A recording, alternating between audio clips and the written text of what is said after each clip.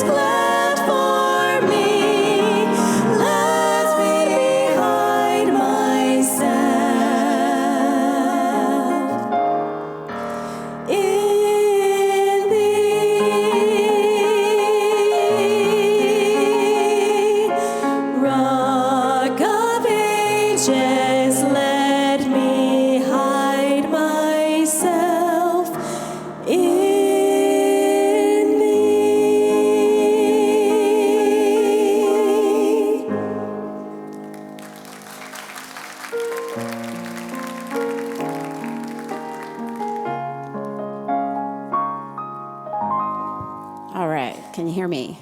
Can you hear me now? Don't, when somebody calls on the phone, you ever get the phone calls and you answer and you say hello and they go, hello, can you hear me? Don't answer. I'm not kidding. Hang up. Because if you say yes, they have recorded your voice. And now they can use your voice saying yes when they say, do I have your permission to? Yes. Do I have your permission to withdraw this from your account? Yes. So never, that's just a quick tip, free. But don't answer. Every time someone says to me, can you hear me? I hang up instantly. Don't say, what did you say? Or don't say yes, just don't say yes. You can say, you can hear me or something, but if you say the word yes, they're recording.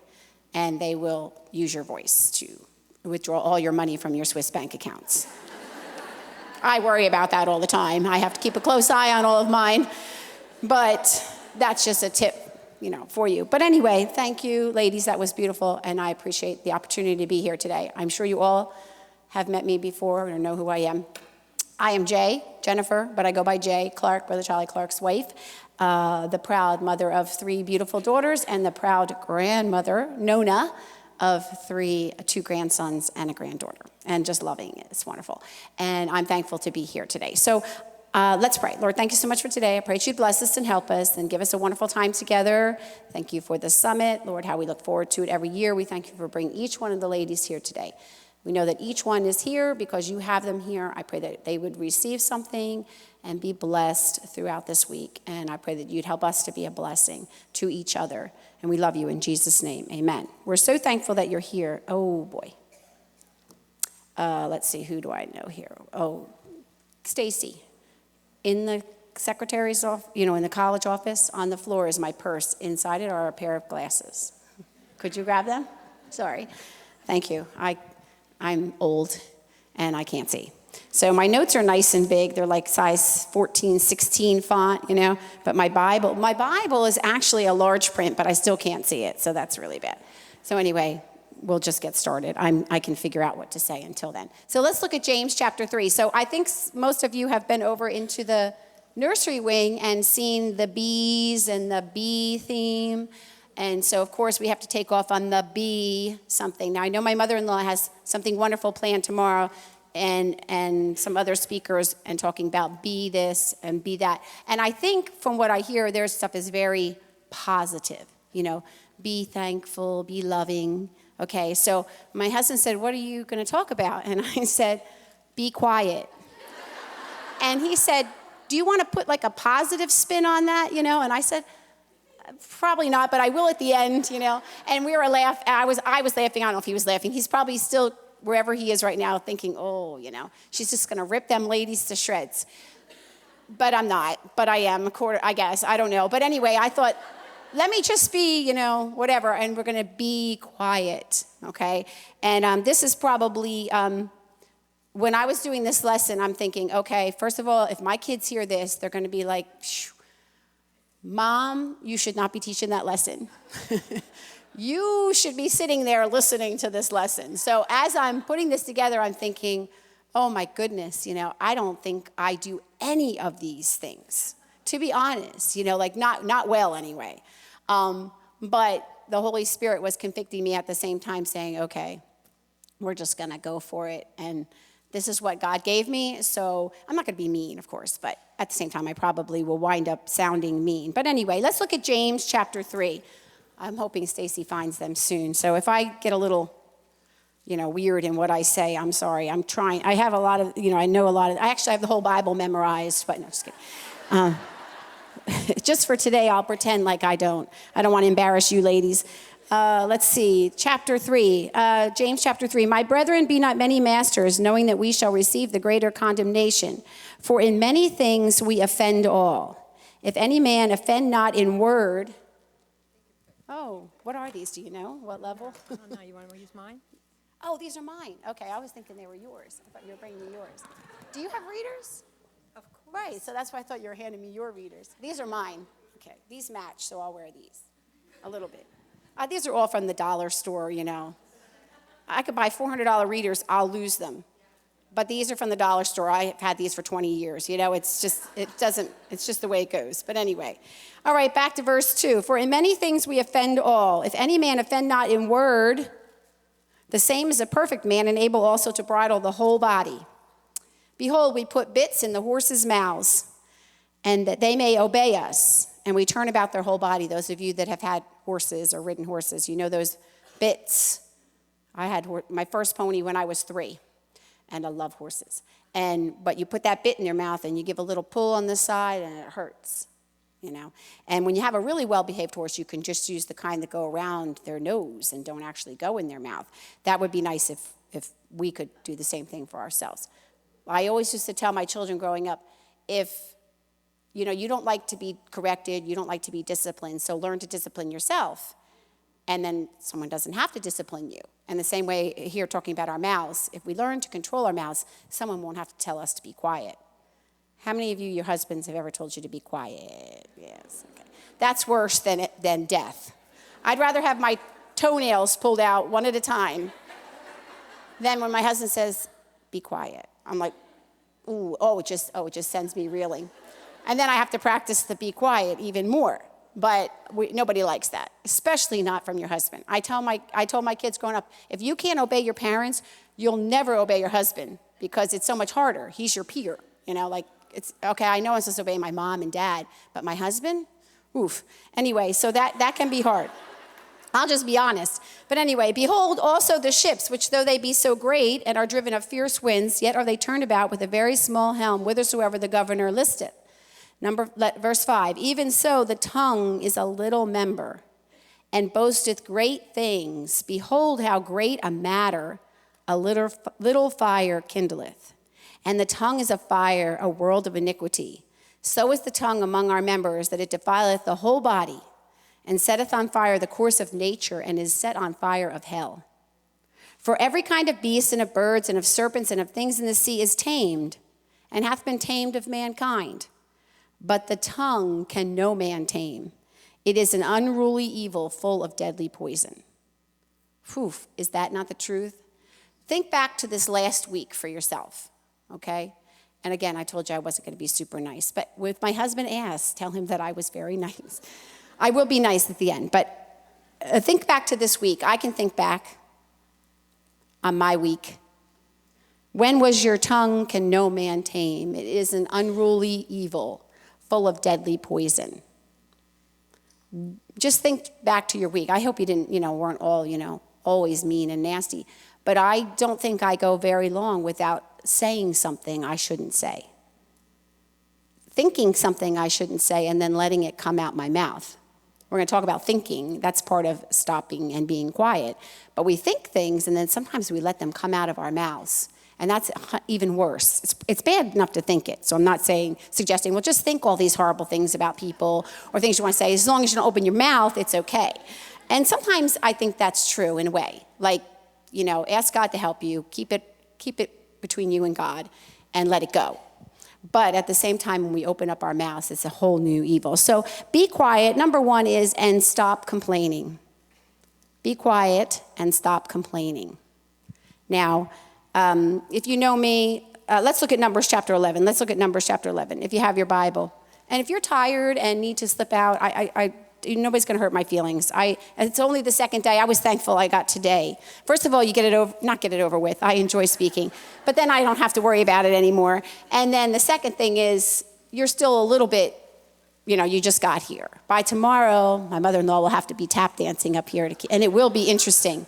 Believe me, it's going to be very interesting. I'm looking forward to it because I've been learning some new things, and that's all I'm going to say, because I'm getting ready to run my mouth right now and say, and tell you things you're not supposed to know yet. So I'm practicing being quiet. Numbers chapter 11, verses 1 through 4. And when the people complained, it displeased the Lord, and the Lord heard it. And his anger was kindled, and the fire of the Lord burnt among them and consumed them that were in the uttermost parts of the earth. Now, I'm so thankful we don't live in the Old Testament times, because I wouldn't have made it past 1 year old. Bzz, would have zapped me right out, okay? That complaining. We just got back from a missions trip to Belize. Anybody been to Belize? Okay, so before I went, I'm like curious as to what's Belize, So I typed in Belize on the computer. Pictures of Belize. So of course that was the islands of Belize with the tiki huts and the resorts with the, pools. and the fishing boats. And so I was like, oh, this is going to be, kind of nice going to Belize, So I'm like, okay, I bring my sunscreen, some sandals, a few cute dresses for on the beach. We were on mainland Belize, okay? And it was the poorest place I've been to. And I've been on many missions trips, been to many different countries, I should say. I've been on several missions trips.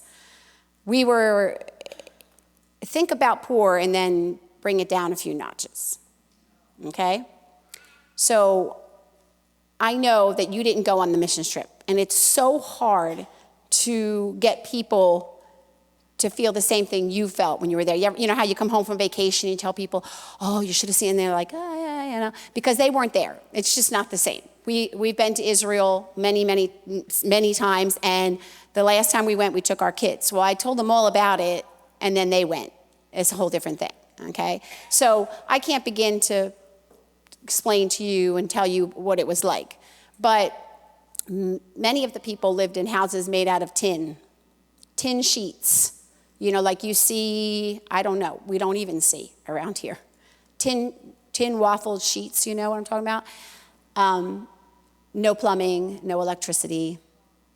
They only go to school through what they call Standard 6, which is like 7th grade. If they want to go to school after that, they have to pay. It's $500 a year. You're like, oh, $500 a year, that's not much. I mean, that's a couple weeks' pay or maybe a week's pay for my husband or whatever. Well, that's probably almost, I don't know, they make $2.50 American, so $1.25 an hour Belizean, okay? So you can feature. Most of them don't make it to high school. So there's a revolving cycle there anyway. So we had a lady there that was helping us every day. They cooked us meals. We were working out visiting for Vacation Bible Schools. We were building an educational building for them. And there was a lady there named Linda. And so we were there maybe about a day and a half. I was out visiting with the pastor's wife. And so she said, oh, yeah, Linda, she's such a sweet lady. We're brought up or something. So Linda had a son who has celiac disease, 6 years old, very bad celiac disease. Some people think they can't eat gluten, it makes me bloated. Okay, well, this kid had celiac disease, really bad. So it was COVID time, and they couldn't get him out of he had a bad attack. I'm not sure what happened, what he ate or what happened. He had a bad attack. They couldn't get him out of the country. All the borders were closed, and the health care in Belize is not tremendous, as you can imagine. They couldn't get him out of the country. So he died in the hospital or clinic by himself. They wouldn't allow her to come in, or her husband. She never saw him again. They gave her a picture of him, passed. That's how she knew that he died, because they wouldn't let her in there. 6 years old. He died in a room by himself. This lady is there every day just praising the Lord. She had a baby. She was pregnant. I think 2 days after her son died, she delivered her daughter. So she went through all this, okay? She's there every day. So I like dogs, okay? I like animals. So in Belize, you can't go there. It's bad, because the people have no food. So you can feature that the dogs have no food. And they try to care for them, but they can't, So they're all skinny and chained up to the house, and it's bad. So I was going around every day with cans of Vienna sausages that they sold in the little convenience store, and dog food, feeding the dogs, everywhere we went. But it became the joke. But anyway, when we were taking her home in the van down a dirt road, no paved roads. These are villages, and when they say villages, it's villages. It's not like, oh, the village of, some of us live in places that have a village of whatever, and it's just a cute little town. This is a village. No paved roads, nothing. We were taking her home, and we stopped somewhere to visit someone on the way. I put some dog food out for a couple dogs that were there. She said to one of the girls, do you think she would have some food for my dog? Because this is a lady who comes to the church faithfully, who couldn't afford food for her dog, much less her children. So she's feeding, she was asking, and so I gave her, of course, the rest of the food and put some more, and gave her some when we left. I gave her a bag of dog food. But what did you complain about this morning? I was having a big conviction this morning. I was crying and listening to music about how good God's been to us and thinking, and I know you weren't there, you don't know Linda, but Linda served us every day food. You know, she served us food, and her and her family got to have lunch. It's probably a wonderful meal for them. What we were kind of like, you know, when they cooked us chicken, they cooked the whole chicken. So some people got a neck, some people got feet, okay? And we're like, you know, we're going to go in here and have lunch. They don't have chicken breast, and you know, we were really doing something. And they're not asking for pity. We took her to her house, dropped her off, we walked by. I mean, when I say that that she has no electricity, I mean she has nothing. No indoor plumbing, no nothing, a shack. And she must have said over and over on our walk-in, look at how God has blessed us. Look at how we're so blessed. You know, and I was like, oh, yes, you are. You know, and I'm thinking in my head, really? You know, and I thought, and I'm complaining. I don't know what I'm complaining about, but I'm complaining. We're complaining. And again, I know we live in America, and there is I can't feel bad that I have electricity this morning. That doesn't help her. You know, the ladies in our adult Bible class, we're going to gather some money and maybe send them something for you know, food, just to be a blessing. She's not a charity case, but a blessing. But I know that us living here, it's like, okay, I can't go get some tin and not have plumbing, and that's not going to help the people in Belize. But it helps my heart to see that. If you've never been on a missions trip and you have the opportunity to go, take yourself there. Now I keep pushing for Italy for our next missions trip, but I don't think that's going to happen. But, you know, sometimes I said, hon, how about Italy? How about the Bahamas? But I don't think that's going to happen. But at the same time, if you have the opportunity to go on a missions trip and see how some people live, we would just stop complaining. I thought when I came back, and I'm coming we live in the apartments right behind here, you can see them. You know, I have 2 bedrooms, 2 baths, 1,100 square foot. It's not a palace. It's just a simple apartment.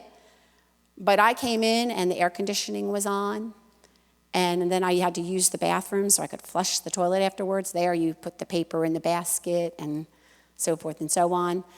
So we could flush the toilet. I could take a shower with my mouth open instead of like this, you know, trying not to let the water get in. I could brush my teeth by turning the sink on instead of pouring water on a bottle. I could get in a car that had air conditioning. Their buses, you know how we get our public bus transportation? They're school buses with the windows down. And these people are thankful they had enough money to get on that bus to get where they needed to go. And we wouldn't even dream of it. Some of us, wouldn't stoop that low. Oh, I'm not riding on a bus. I'm not a school bus. Where's the air conditioning? We complain. And when I say we, I mean we. We complain. And shame on us, really. We're going to complain today about something. Oh, we have to have chicken again? I had chicken last night. Oh, I've heard myself say, I would do steak, but we had steak yesterday. You ever heard yourself say something like that? We have to go out again? I haven't had a home-cooked meal in a while. I mean, just listen to ourselves. Shame on us. So number 1 would be quiet and stop complaining. Oh, well, my husband said I had till 12:30. I said, I'll be done way before that. I'm only on point 1 and it's 12 o'clock. So I got to speed it up. All right, because he'll be checking on me soon, saying, are you almost done? What's going on in there? All right, number 2, stop gossiping. Ooh, stop gossiping. Oh, I don't gossip. I only tell people if it's true. Even if it's true, it's still gossip. I would never say anything unless I know for a fact it's true. It's still gossip. Put yourself on the other end. Ever had anything you wouldn't want people to know about that happened in your family? Ever have anything with your children, your husband, your parents, and you would die if word got spread around, if people were talking about you, you would die. You would be so embarrassed, right? Everybody has family situations, everybody has drama. and we want to keep it close.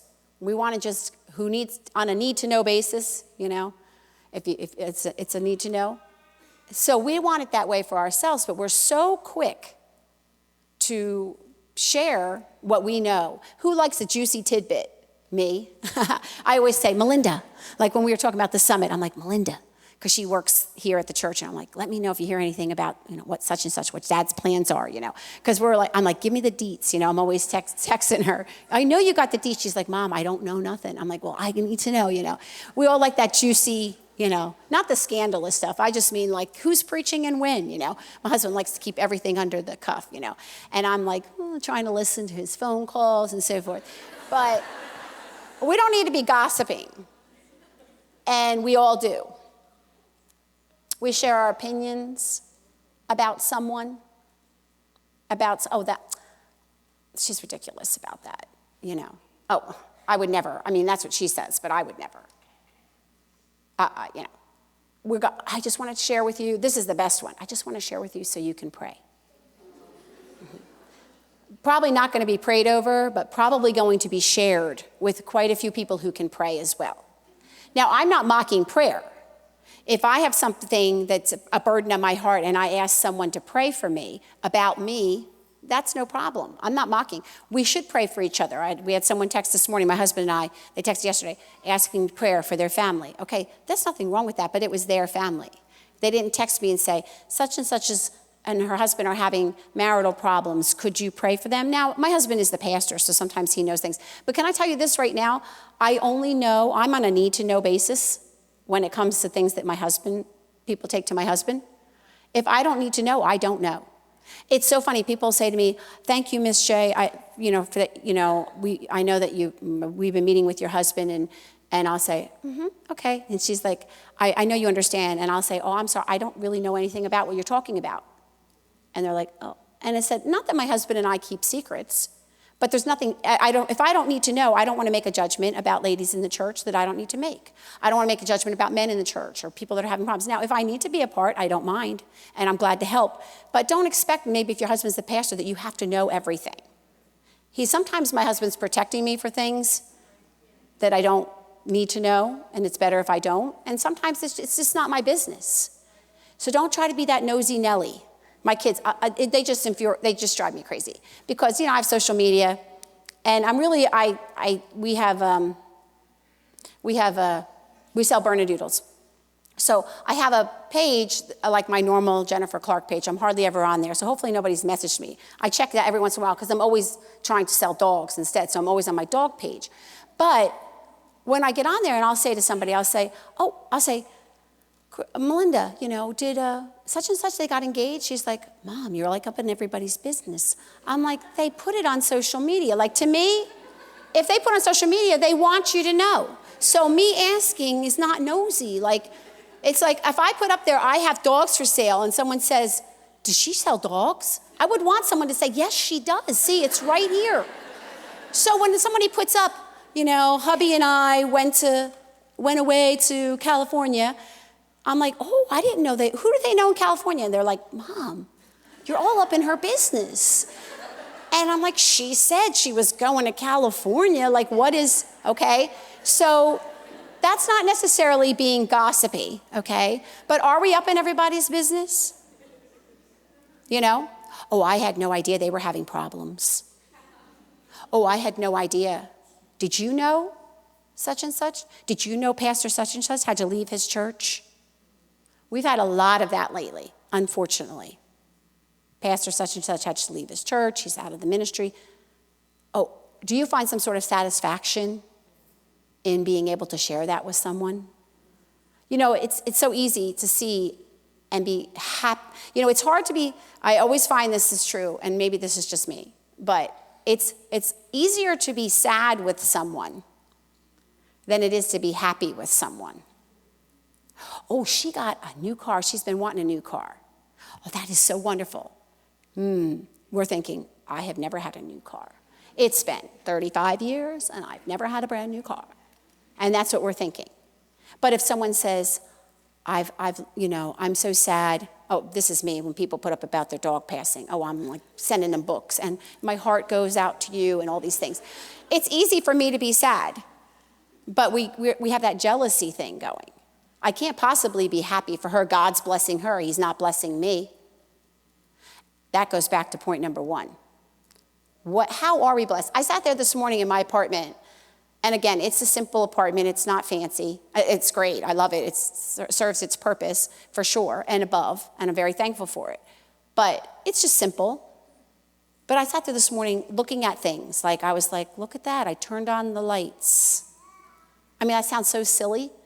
I turned on the lights. They came on.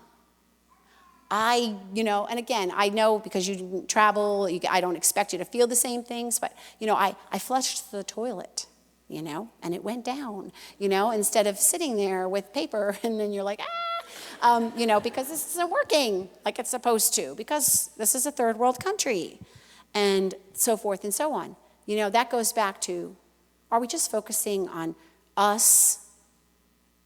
Don't mind everybody else's business. Now, I know the Bible says, bear ye one another's burdens. And again, if I go to you and I say, would you pray for me for this? That's different than, would you pray for her? I heard that her and her husband. That's gossip. You're not really probably wanting to pray. And if you are, then go to the person who's having the problem and ask her if she's comfortable with you sharing. Most likely she's going to say, no, I'm really not comfortable. We wouldn't check with someone. Oh, do you mind if I share with a few people that you're having marriage problems? Most people are going to say, yeah, no, I mind. Okay? We would never ask, but we'll feel free to share. That's when it turns into gossip. Does that make sense? Put yourself through that litmus test. Okay, would I go to the person right now and say, are you comfortable with me sharing your business? And if they say, yes, okay. But if we think, oh, I would never ask her, she would die, then you shouldn't be repeating it, because that's an infringement on this person's privacy, their feelings, their emotions. And again, sometimes there's responsibilities with with pastors, things that have to be discussed.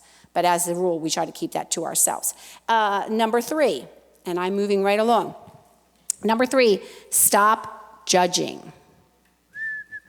Now, I know, it's like in the contemporary, it's don't judge me, it's up to God, don't judge me. And then we have the other direction who it's like judge everybody. We're just going to make judgments, based on no fact.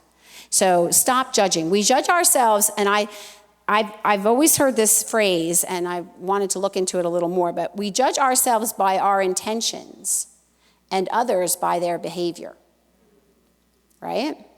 We judge ourselves by our intentions. Oh, I didn't intend to hurt her feelings. I didn't intend, but we judge others by their behavior. They must have meant it. They must have intended to hurt my feelings.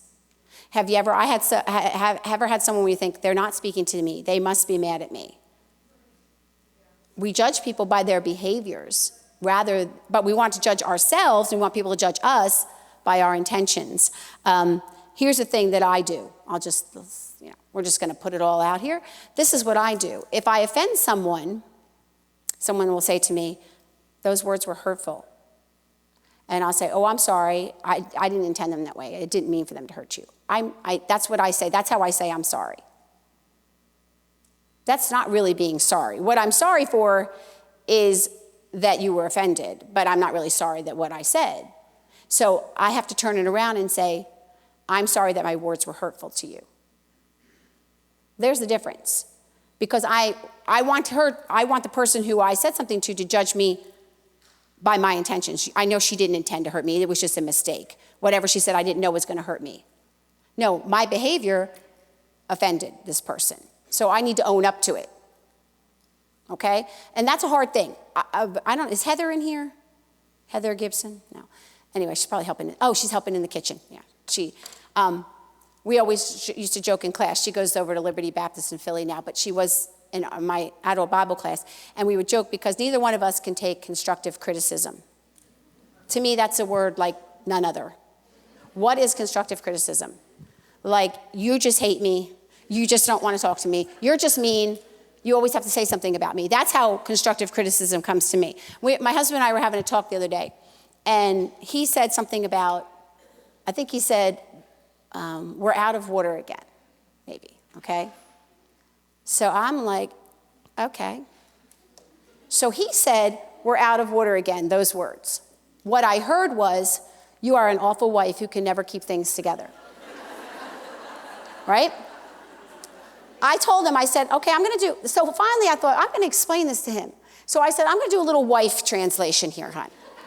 I said, you said, we are out of water again, right? He said, that's what I said, because he couldn't figure out why I was, pouting around the house and such. So he said to me, what is your problem, And I said, you said, we're out of water again. He said, well, we're out of water again. And I said, and I heard, you're an awful wife who just can't keep things together.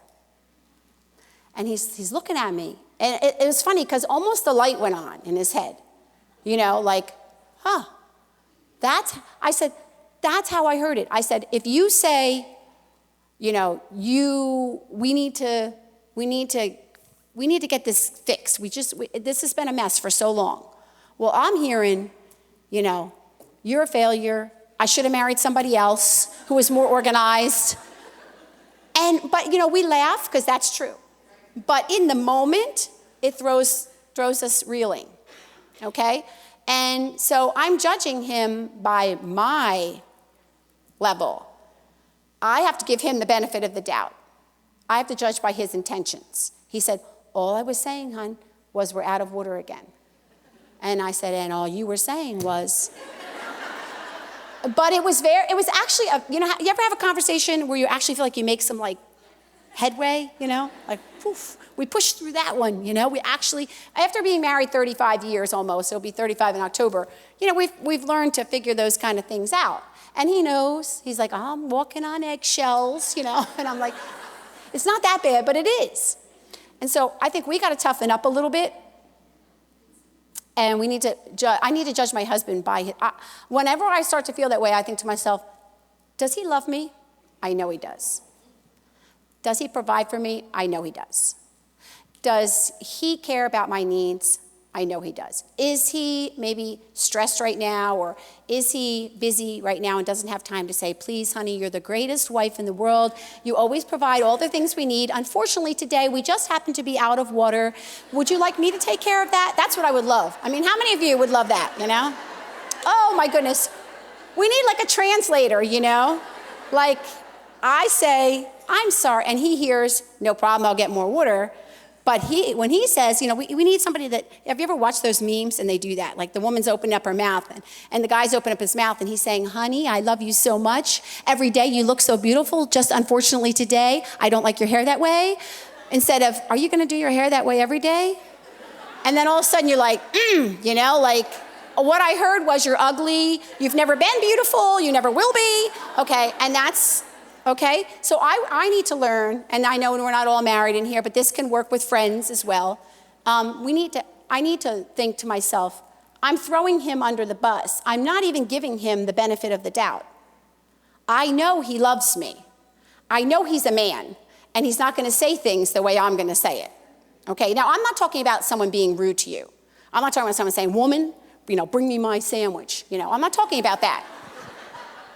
I'm not talking about, I hate you, I'm not talking about those things. I'm just talking about that general day-to-day where I wish every day my husband would wake up and say, good morning, sweetheart, you're so lovely. I'm not lovely in the morning. I'm not lovely in the middle of the day, but the morning is not good.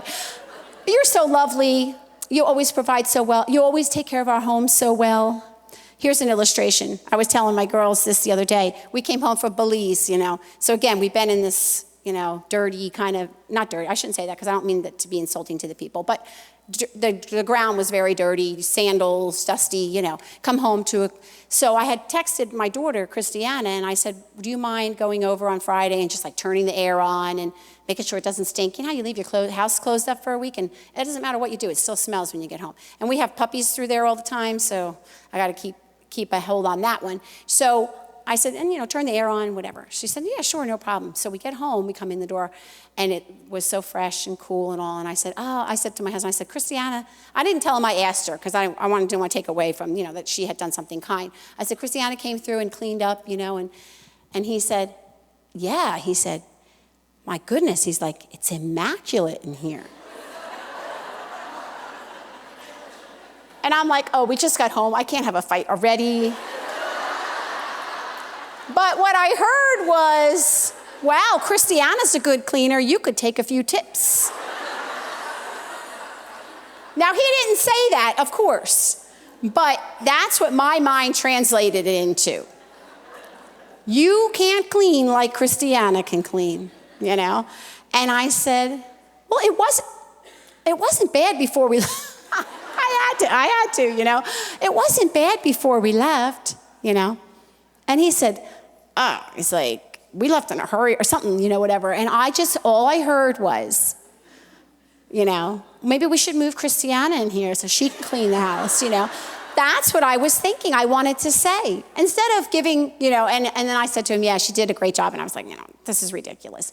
But in my head, I was judging. He didn't mean anything by it, except he wanted to say, great job, Christiana. So nice to come home to a clean house. But I had stayed up.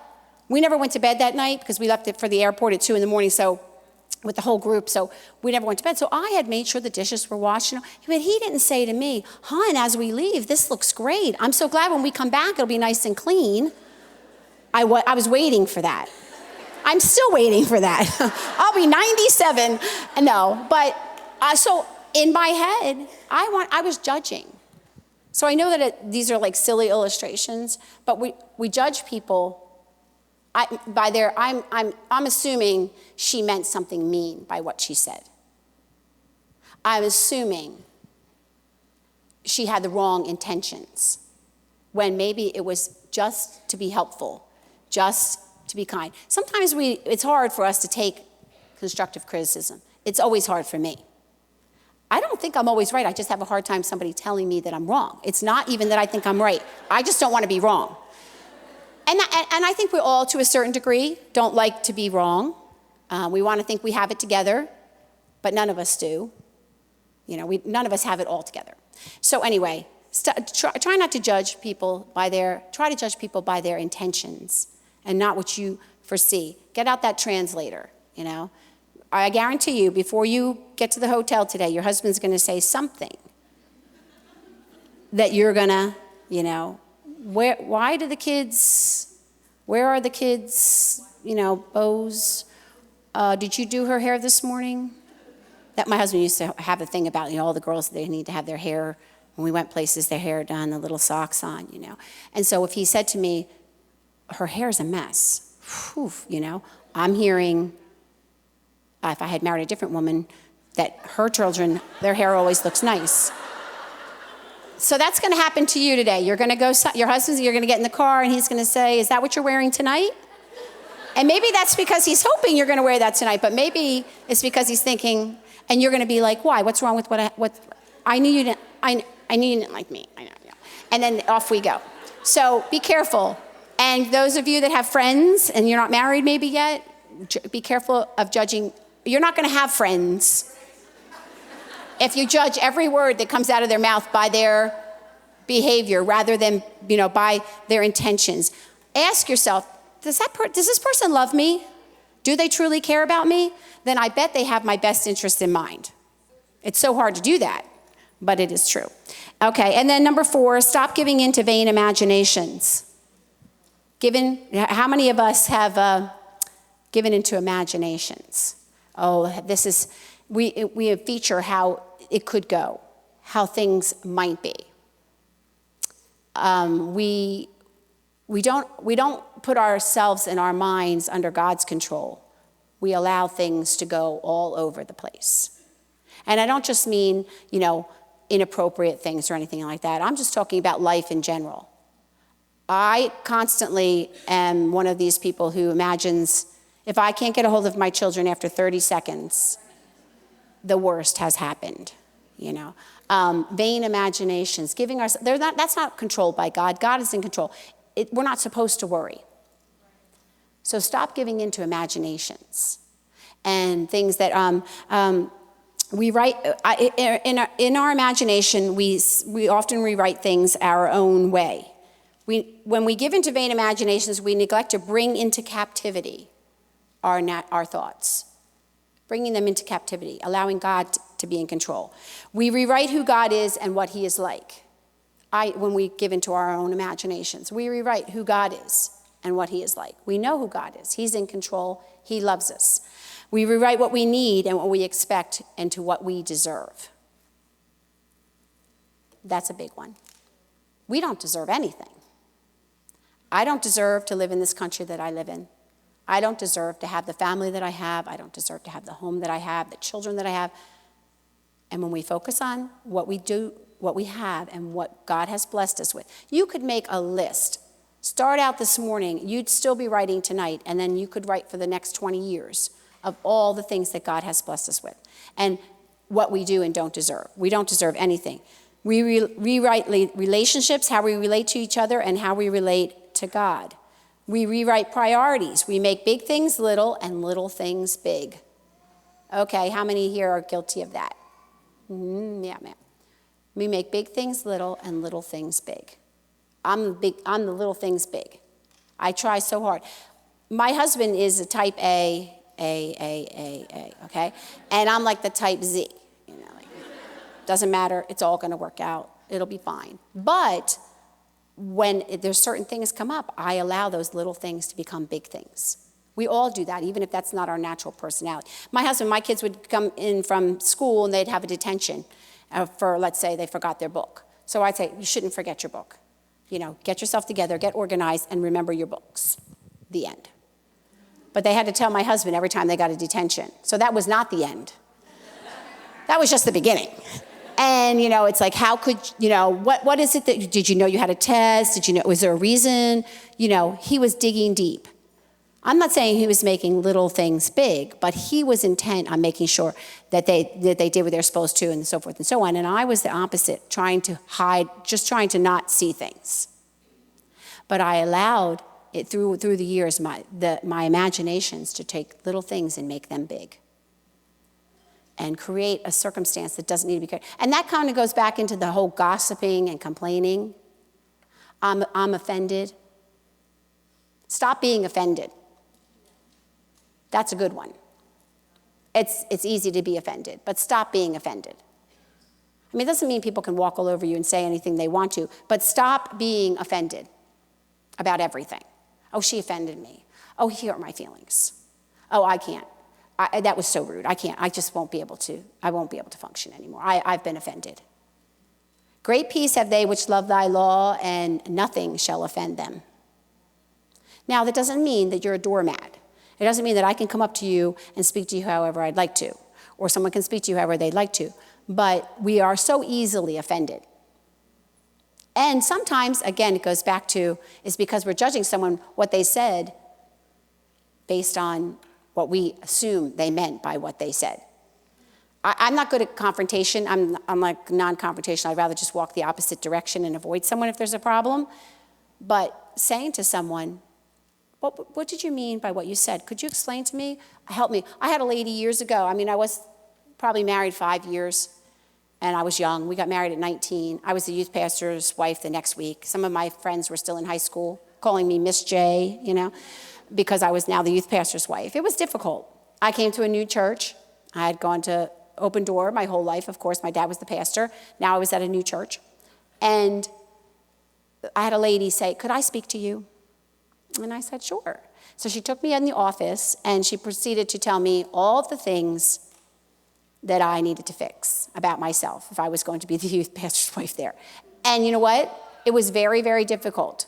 You think that you're something, and you're putting on airs, and you talk above everybody else and whatever, and all these things.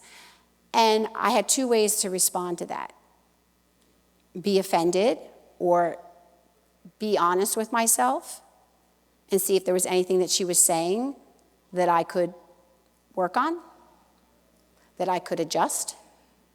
And when she said, I said, you know what, thank you. I said, sometimes we don't see things about ourselves, and I appreciate that. I'm going to pray about it, and I am going to ask the Lord to help me. Now, that was miraculous, because that wasn't what I wanted to say, of course. It really wasn't at all. But, we have to get to the point where we're willing to take some correction, something in judgment, and let those vain imaginations come down. This is not as big a situation as I planned. Every time I get in a plane, I don't like to fly, but I've gotten over my fear of it pretty much, but I still don't like it.